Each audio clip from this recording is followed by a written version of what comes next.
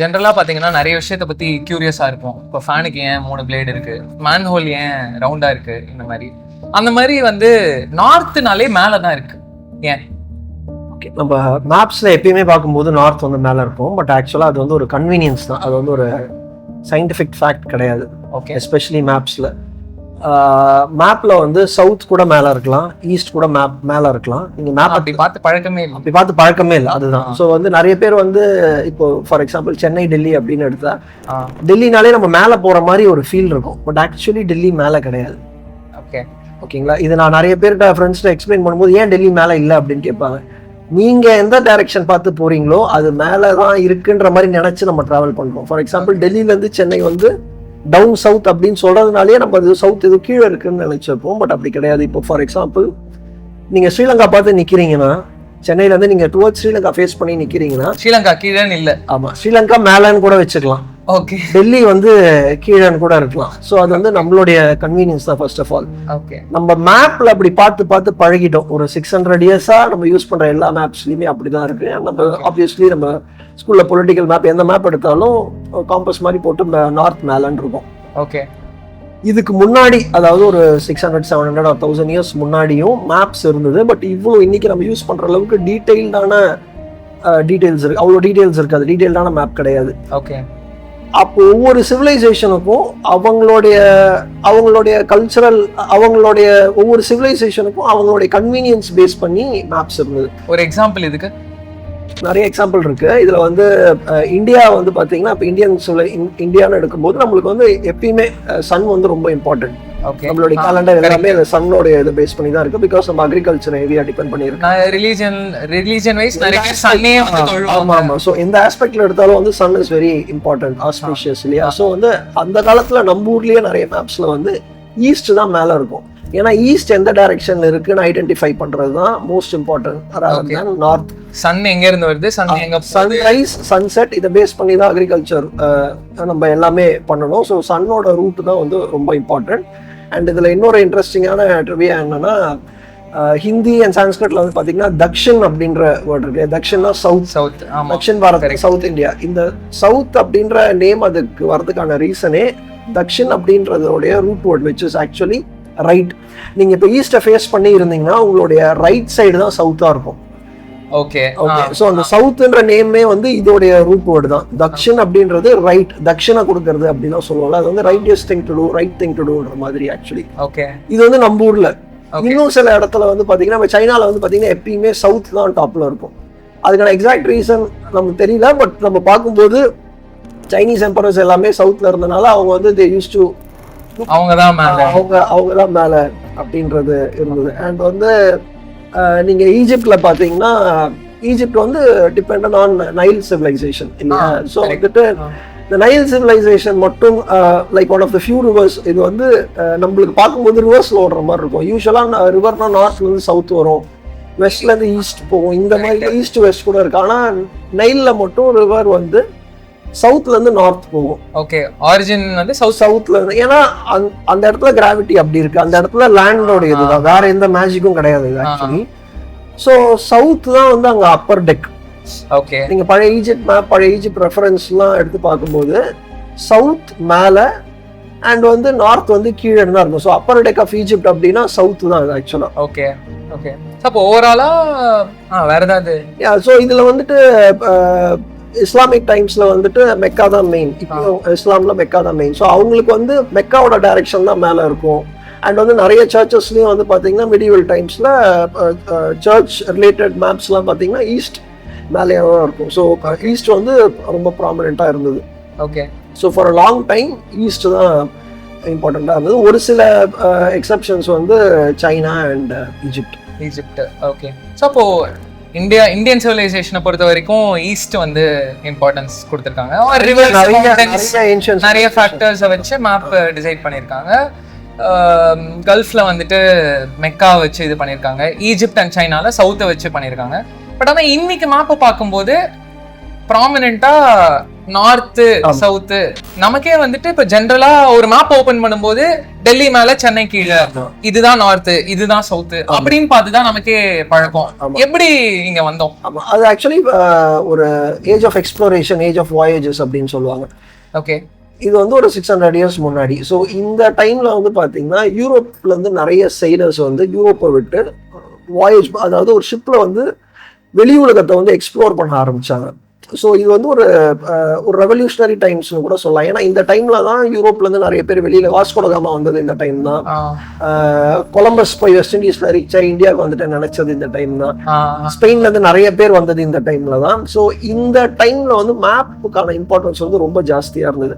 அதுக்கு முன்னாடி வரைக்கும் மேப்னா உங்களுடைய நீங்க இருக்கிறது ஒரு லோக்கல் ஏரியா தெரிஞ்சா போதும், எங்க மவுண்டன் இருக்கு, எங்க ரிவர் இருக்கு, எங்க ஃபாரஸ்ட் இருக்கு, இவ்வளவு தெரிஞ்சா போதும்ன்ற ஒரு டைம்ஸ் இருந்தது. வேற இவங்க எக்ஸ்ப்ளோர் பண்ண ஆரம்பிக்கும் போது இன்னும் அவங்களுக்கு நிறைய டீடைல்ஸ் தேவைப்பட்டது. இவங்க வந்து ஃபார் மல்டிபிள் ரீசன்ஸ் நார்த்துக்கு வந்து இம்பார்ட்டன்ஸ் கொடுக்க ஆரம்பிச்சாங்க. இதுல ஒன் மெயின் ரீசன் வந்து பாத்தீங்கன்னா நார்தர்ன் ஸ்டார். நீங்களே பாத்திருப்பீங்க, நார்தர்ன் ஸ்டார்ன்றது வந்து நம்ம போல் ஸ்டார்னு சொல்லுவோம், இல்ல பொலாரிஸ் அப்படின்னு கூட சொல்லுவோம். இது வந்து பிரைட்டஸ்ட் ஸ்டார். இது வந்து மூவ் ஆகாது. இப்போ நீங்க வந்துட்டு ஒரு ஆஸ்ட்ரோ போட்டோகிராஃபி இதெல்லாம் எடுக்கும்போது கூட பாத்தீங்கன்னா எல்லா ஸ்டாருக்கும் ஒரு ட்ரையல் மாதிரி இருக்கும், இதோடைய பாத் இருக்கும். பட் இந்த ஸ்டார் மட்டும் கொஞ்சம் இன்னும் கொஞ்சம் பிரைட்டாவே தெரியும். பிகாஸ் எப்பவுமே நார்த்ல தான் ஃபிக்ஸ்டா இருக்கும். ஸோ இது வந்து எந்த ஒரு எக்யூப்மெண்ட்டுமே இல்லாம உங்களால டைரக்ஷன் வந்து ஈஸியா பார்க்க முடியும். இது ஒன் மெயின் ரீசனா இருந்தது. ஸோ நீங்க வந்து இன்னைக்கும் உங்களால அந்த நார்தர்ன் ஸ்டார் வந்து, இன்னைக்கும் நான் ஏன் சொல்றேன்னா இவ்வளவு லைட் பொல்யூஷன் இருக்கும் போதும் உங்களால அந்த நார்தர்ன் ஸ்டார் வந்து ஈஸியா ஐடென்டிஃபை பண்ண முடியும். அப்ப 600 இயர்ஸ் முன்னாடி ஓஷன்ல பிட்ச் டார்க்கா இருக்கும்போது உங்களுக்கு அது ஒரு பெர்மனன்ட் ஒரு கைடிங் லைட் மாதிரி இருந்தது. ஸோ அது வந்து அந்த நார்தர்ன் ஸ்டார் வந்து ரொம்ப இம்பார்ட்டன்ட். இது வந்து நார்த்ல இருக்கிறது ஒன் ஆஃப் த ரீசன். இன்னொன்று வந்து பாத்தீங்கன்னா இந்த டைம்ல தான் வந்து நம்ம ஆல்ரெடி சொன்ன மாதிரி மேப்ஸ் வந்து எல்லாருக்குமே தேவைப்படுற ஒரு சிச்சுவேஷன் இருந்தது. ஸோ ஈஜிப்ட்ல ஒரு மேப் மேக்கர் ஒருத்தர் இருந்தாரு. இவர் வந்து ஜியோகிராஃபியா அப்படின்னு ஒரு புக், ஒரு ஒர்க் ஒன்று publish, geographia Latin word for geography. இவர் பப்ளிஷ் பண்ண புக்ல வந்து பாத்தீங்கன்னா ஃபார் சம் ரீசன் நார்த் மேல இருந்தது. அவரோட எல்லா ஒர்க்ஸும் கிடைக்கல. பட் இவருடைய ஒர்க்ஸ்ல வந்து நார்த் வந்து மேல இருந்த மாதிரி அவர் மேப்பை வந்து டிசைன் பண்ணியிருந்தாரு. இவருடைய ஒர்க்கை வந்து எல்லாருமே ஒரு பயங்கரமான ஒர்க்கா பார்த்துருந்தாங்க. ஏன்னா இவர் வந்து one of the first to introduce latitude, longitude. அதுக்கப்புறம் அந்த யூரோப்ல இருக்கிற எக்கச்சக்க இடத்த வந்து இவர் மார்க் பண்ணி வச்சிருந்தாரு. ஐ திங்க் அரௌண்ட் 150 CE இவர் இருந்தாரு. ஸோ ஹண்ட்ரட்ஸ் ஆஃப் இயர்ஸ்க்கு அப்புறமா இவருடைய ஒர்க் கிடைக்கும் போது அது ரொம்ப ஒரு பெரிய ஒரு டாக்குமெண்டா, இம்பார்ட்டன்ட் டாக்குமெண்டா பார்த்துருந்தாங்க. இவர் வந்து நார்த்துக்கு தான் இம்பார்ட்டன்ஸ் கொடுத்திருந்தார். மேபி அவருடைய செலக்டட் ஒர்க்ஸ்ல நார்த் மேல இருந்திருக்கலாம், அது நம்மளுக்கு தெரியாது. இவருடைய ஒர்க் வந்து ரொம்பவே இம்பார்ட்டன்டான ரீசன். பிளஸ் காம்பஸ் வந்தது இந்த ஒரு டைம். சோ காம்பஸ் வந்து நார்த் தான் பாயிண்ட் பண்ணுவேன். மேக்னெட்டிக் புல் அங்க சின்னதா இருக்கறனால காம்பஸோட நீடில் வந்து நார்த் தான் பாயிண்ட் அவுட் பண்ணும். சோ காம்பஸ் ஒன் மெயின் ரீசனா இருந்தாலும் இவ்வளவு ஃபேக்டர்ஸ் இருக்கு நம்ம வந்து நார்த்தை வந்து நார்த் ஐடென்டிஃபை பண்றதுக்கு. ஸோ நார்த் வந்து வித்தவுட் எனி ஆப்ஜெக்ட் உங்களால நார்தர்ன் ஸ்டார் வச்சு பார்க்க முடியும்ன்றது மெயின் ரீசன். அண்ட் இந்த 150 CE கிடைச்ச இந்த மேப் மேக்கர் வந்து இவருடைய பப்ளிஷ்ட் ஒர்க்ஸ்ல வந்து அது இம்பார்ட்டன்ஸ் கொடுத்ததுனால எல்லாருமே அதை வந்து ரீடைன் பண்ணிட்டாங்க. அண்ட் உங்களுக்கு எப்பயுமே தெரியும் இந்த யூரோப்பியன் கல்ச்சர்ல என்ன இருக்கோ நம்ம எல்லாருமே அதை தான் ஃபாலோ பண்றோம். இதுல இன்னொரு இம்பார்ட்டன்டான விஷயம் பார்த்தீங்கன்னா இந்த ஏஜ் ஆஃப் டிஸ்கவரி அப்படின்னு நம்ம சொல்லும்போது, அதுக்கு முன்னாடி ஏஜ் ஆஃப் எக்ஸ்ப்ளரேஷன் இதெல்லாம் சொல்லும்போது அதுக்கு முன்னாடி நம்ம கப்பல்லையே டிராவல் பண்ணாத மாதிரி ஒரு ஐடியா எல்லாருக்குமே இருக்கும். இதுதான் பிகினிங் பாயிண்ட் இருக்கும். பட் அப்படி கிடையாது. 1000 இயர்ஸ் முன்னாடியே நம்ம ஊர்லயே ராஜராஜ சோழன், ராஜேந்திர சோழன் இவங்கெல்லாம் வந்துட்டு வந்து ப்ராப்பர் ஒரு நேவி செட்டப் மாதிரி வச்சிருந்தாங்க. அதான் சவுத் ஈஸ்ட் ஏஷியாவே ட்ரேட் இது எல்லாமே ரொம்ப காமனா இருந்தது. ரொம்ப காமனா இருந்ததுன்றதை விட இது ரொம்ப ஆர்கனைஸ்டா இருந்தது. ஸோ ஜஸ்ட் ஒரு ட்ரேட் மட்டும் இல்லாம அதுக்கான செக்யூரிட்டியோட போய் ட்ரேட் பண்ணிட்டு வர ஒரு செட்டப் இருந்தது. எங்க ஒரு எக்ஸாம்பிள், சவுத் ஈஸ்ட் ஏஷியா எல்லா ரீஜன்ஸ்லயுமே, அதாவது இன்னைக்கு இருக்கிற Malaysia, Singapore, parts of Indonesia. Tamil Nadu Rajaraja Cholan வந்து அவருடைய சன் ராஜேந்திர சோழன் வந்து ட்ரேட் பண்ணிட்டு இருந்ததா நம்மகிட்ட நிறைய டாக்குமெண்ட்ஸ் இருக்கு. இதுல வந்து இன்னைக்கு எப்படி ஈரான் US வாரப்போ இந்த ஹார்முஸ் ஸ்ட்ரெயிட்டை வந்து அவங்க பிளாக் பண்ணி வச்சிருந்தாங்களோ, அதே மாதிரி ஸ்ட்ரெயிட் ஆஃப் மலாக்கா அப்படின்னு ஒன்று இருக்கு. அது வந்து ரொம்ப இம்பார்ட்டன்ட், இன்னைக்கும் ரொம்ப இம்பார்ட்டன்ட்.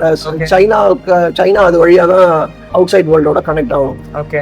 இந்த ரீஜனை வந்து அங்க இருக்கிற ஒரு எம்பரர் வந்து பிளாக் பண்ணி வச்சிருந்தாரு. அவர் ஹெவியா டாக்ஸ் போட்டு அண்ட் நம்மள கொஞ்சம் ஹராஸ் பண்ணி இங்கிருந்து வர மர்ச்சன்ட்ஸை வந்து கொஞ்சம் புள்ளி பண்ற மாதிரி ஒரு டைம் இருந்தது. அந்த டைம்லயும் இந்த ஸ்ட்ரைட் வந்து பிளாக் பண்ணி வச்சிருந்தாங்க. அப்போ ராஜேந்திர சோழனோட ஆர்மி போய் அவங்களுக்கு ஒரு சர்ப்ரைஸான ஒரு அட்டாக் பண்ணி அதை எல்லாத்தையும் ஃப்ரீ பண்ணி விட்டாரு. அதுக்கப்புறமும் நார்மல் ட்ரேட் தான் ஆச்சு. அவர் அதுக்கப்புறம் அங்க போய் அவருடைய கிங்டம்லாம் எஸ்டாப்ளிஷ் பண்ணல. ஓகே. பட் அந்த டைம்ஸ்லயே வந்து நம்ம ஏஜ் ஆஃப் வாயேஜ்னு சொல்றதுக்கெல்லாம் முன்னாடியே நம்மளுடைய கிங்ஸ் வந்து டிராவல் பண்ணியிருந்தாங்க. அண்ட் அப்போ இருக்கிற அவங்களுடைய ஷிப்ஸை விட 600 இயர்ஸ் முன்னாடியே இங்க யூஸ் பண்ணிட்டு இருந்த ஷிப்ஸ்லாம் ரொம்பவே அட்வான்ஸ்டா இருந்தது. பட் நம்ம ஜென்ரலி நம்ம எல்லாமே ஒரு யூரோப்பியன் பாயிண்ட் ஆஃப் வியூல தான் பார்ப்போம். அவங்க எப்ப ஆரம்பிச்சாங்களோ அதுதான் வேர்ல்டோட ஸ்டார்ட் அப்படின்னு நம்மளுக்கு ஒரு ஜெனரல் ஹேபிட் இருக்கு. ஸோ இது ஒரு அடிஷனல் ட்ரிவியா. ஓகே. அண்ட் நம்ம இதெல்லாம் பெருசா டாக்குமெண்ட் பாப்புலர் ஆகல, வந்து டாக்குமெண்ட் பண்ணல. கொலம்பஸோட ஒரு டிஸ்கவரி அளவுக்கு இதெல்லாம் பேசப்படல. ஸோ இந்த மேப்ஸ்ன்னு நம்ம பார்க்கும்போது இதுல வந்து இன்னொரு விஷயம் என்னன்னு பாத்தீங்கன்னா, நீங்க நார்த் என்னன்றது கேட்டீங்க. ஆக்சுவல் டைமென்ஷன்ஸ் ஆஃப் மேப் வந்து இப்போ நம்ம யூஸ் பண்றது கிடையாது. நம்ம அதை பத்தி ஒரு ஷார்ட்ஸ் ஆல்ரெடி போட்டிருந்தோம். அது கொஞ்சம் இருந்தது. மெர்கன்டைல் ப்ரொஜெக்ஷன் அப்படின்னு ஒன்று இருக்கு. அதுதான் நம்ம யூஸ் பண்றோம். நம்ம யூஸ் பண்ற நேவிகேஷன் மேப்ல இருந்து எல்லாமே அதுதான் யூஸ் பண்றோம். இது வந்து ஆக்சுவலான டைமென்ஷன் கிடையாது. அகைன் இது யூரோப்பியன் இன்ஃப்ளூயன்ஸ் தான் அப்படின்னு சொல்லுவாங்க. ஏன்னு பார்த்தீங்கன்னா இதுல வந்து ஆக்சுவல் சைஸ் ஆஃப் கான்டினென்ட்ஸ் வந்து எதுவுமே ட்ரூ கிடையாது. ஃபார் எக்ஸாம்பிள் ஆப்பிரிக்காவோட ஆக்சுவல் சைஸ் பார்த்தீங்கன்னா உள்ள இந்தியா, ரஷ்யா அண்ட் அமெரிக்கா இது எல்லாமே ஓரளவுக்கு உள்ள செட் பண்ணலாம். பட் நீங்க மேப்ல பாத்தீங்கன்னா அப்படி இருக்காது. கொஞ்சம் சின்னதா தான் இருக்கும். யூரோப்புக்கு கீழே கொஞ்சம் சின்னதா தான் இருக்கும். அதோட சைஸ் அதை விட 40-30 times bigger actual size. True size பார்க்கணும்னா எங்க போய் பார்க்கலாம்? ட்ரூ சைஸ் பார்க்கறதுக்கு ஒரு வெப்சைட் இருக்கு. நம்ம இப்போ அது கீழே லிங்க் கொடுக்கலாம். அந்த வெப்சைட்ல ட்ரூ சைஸ் ஆஃப் நினைக்கிறேன் அந்த வெப்சைட். அந்த வெப்சைட்ல போனீங்கன்னா நீங்க ஒரு ஆப்பிரிக்காக்குள்ள எத்தனை கண்ட்ரிஸ் போட்டா என்ன ஆகுன்றது உங்களுக்கு ப்ராப்பரா தெரியும். கிரீன்லாண்டும் ஆப்பிரிக்கா ஒரே சைஸ்ன்ற மாதிரி தான் இருக்கும். நம்ம ஜெனரலா ஆக்சுவலி ரொம்ப குட்டியா தான். ஆக்சுவலி கிரீன்லாண்ட் மேப்ஸ்ல ரொம்ப பெருசா இருக்கும், குளோப்ல கொஞ்சம் சின்னதா இருக்கும். இதுக்கான இது மெயின் ரீசன் ஏன் இந்த சைஸ் வருதுன்னு பாத்தீங்கன்னா, ஒண்ணு வந்து சைக்கலாஜிக்கலி இந்த காலனிஸா இருக்கிற கண்ட்ரிஸ் எல்லாம் பர்பஸ்ஃபுல்லாவே சின்னதா காட்டணும்ன்றது ஒரு ரீசன். இன்னொன்னு ஒரு சர்க்குலரான ஆப்ஜெக்ட்ல இருக்கிற ஒரு பொருள். எர்த் வந்து ஆல்மோஸ்ட் ஒரு சர்க்கிள் மாதிரி இருக்கு. இதை வந்து நீங்க ஸ்பியர், ஸோ இதை வந்து நீங்க ஒரு ஃபிளாட் சர்ஃபேஸ்ல போடும்போது உங்களுக்கு அக்யூரசி அந்த அளவுக்கு இருக்காது. அது அப்படியே டிரான்ஸ்லேட் பண்ணி பர்ஃபெக்டா இருக்காது. ஸோ அதுல கொஞ்சம் மிஸ்டேக்ஸ் இருக்கும். பட் அதை தாண்டி அவங்க பர்பஸ்ஃபுல்லாவே யூஎஸ், ரஷ்யா, ஆப்பிரிக்கா, யூரோப் இது எல்லாமே வந்து கொஞ்சம் பெருசாகவும், இந்தியா, ஆப்பிரிக்கா இந்த மாதிரி கண்ட்ரீஸ்லாம் காலனிஸா வச்சிருந்த கண்ட்ரீஸை சின்னதாகவும் காமிச்சிருந்தாங்க. ஸோ இது எல்லாத்துக்கான ஸ்டார்டிங் பாயிண்ட் வந்து பார்த்தீங்கன்னா இந்த ஏஜ் ஆஃப் வாயேஜ் அப்படின்ற டைம் தான். ஓகே.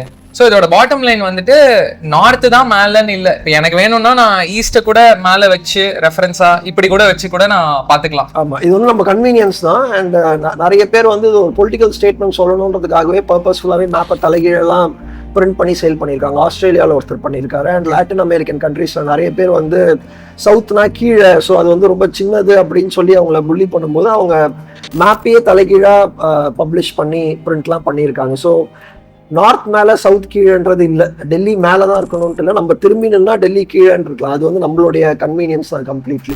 இந்த வீடியோ உங்களுக்கு இன்ஃபர்மேட்டிவா இருக்கும்னு நம்புறோம். இந்த வீடியோவை பத்தி உங்களுக்கு ஏதாவது ஃபீட்பேக் இருந்தால் கமெண்ட்ல சொல்லுங்க. அண்ட் பிடிச்சிருந்தா கண்டிப்பா உங்க ஃப்ரெண்ட்ஸோட ஷேர் பண்ணுங்க.